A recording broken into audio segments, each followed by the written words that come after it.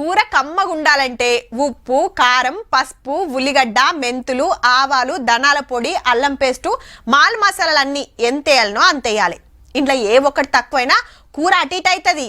ఉప్పు తక్కువ పడితే ఇంకింత వేసుకొని తినొచ్చు. కానీ ఉప్పిసమైనా, కారం ఎక్కువైనా, పసుపు గిసుపు ఏది ఎక్కువైనా తిప్పలే. అన్ని కుదిరితే మాత్రం కుమ్ముడు గుమ్ముతారు.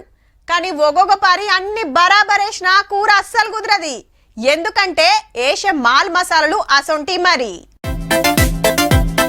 మంచిగా ప్లాస్టిక్ డబ్బాలు చిన్న చిన్న డ్రమ్ములలో నింపి తయారుంచిండ్రు. ఆఫీసర్లు వచ్చుడు జర్రంత ఆల్చమైన పెద్ద పెద్ద హోటళ్లకు చేరిపోవు. అంతా కల్తీమాల్ మరి. హైదరాబాద్ బోయినపల్లిలా కల్తీ అల్లం తయారు చేస్తురని మతలం అందుతే టాస్క్ ఫోర్స్ వాళ్ళు పోయి 1500 కిలోల డోర్ నెంబర్ అల్లం పేస్ట్ కెమికల్స్ సీజ్ చేసి పడేసిండ్రు. ఎవరు చూస్తుర్రని శాత్రానికి కిందని అల్లం ఎల్లిగడ్డలేసుడు, కెమికల్స్ తోటి కమ్మటి అల్లం తయారు చేసుడు. మళ్ళా మంచి మంచి బ్రాండ్ల పేరు మీద హోటళ్లకు, దుకాణాలకు పంపుతాండ్రు. సూపులకు ముద్దుగుండి కమ్మటి ఆసన వస్తే చాలు కూరలేసి కలబెట్టుడే, అది కడుపులకు ఓవుడే. ఇప్పటిదాకా ఎందరి ప్రాణాలు ఖరాబ్ చేసిండ్రో. ఎనమండుగురు అరెస్ట్ అయితే అస్సలోడు పత్తాకులేడు. చూస్తుండ్రు కదా.